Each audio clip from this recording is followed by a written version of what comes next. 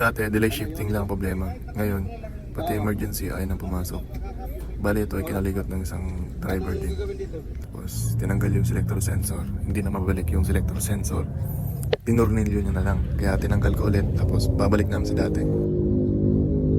Huligan mo ba yung pagtus? Hoy! Huwag po kayo basta-basta magtanggal ng mga sensor. Kung mag-spray po kayo ng contact cleaner, doon lang sa mga socket.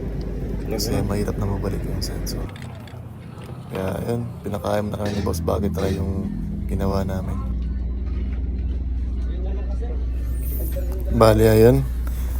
Testing na tayo. 5 Yan, Neutral. pumapasok na sa neutral, reverse, Reverse! camera, 1 Neutral! neutral red. Okay na. Bali, kakabitan natin siya para matest. Sige, kabit! Huligan mo ba yung pagtus? Hoy! Yun, i-start na para matesting yung unit. Yun, approval na ni boss.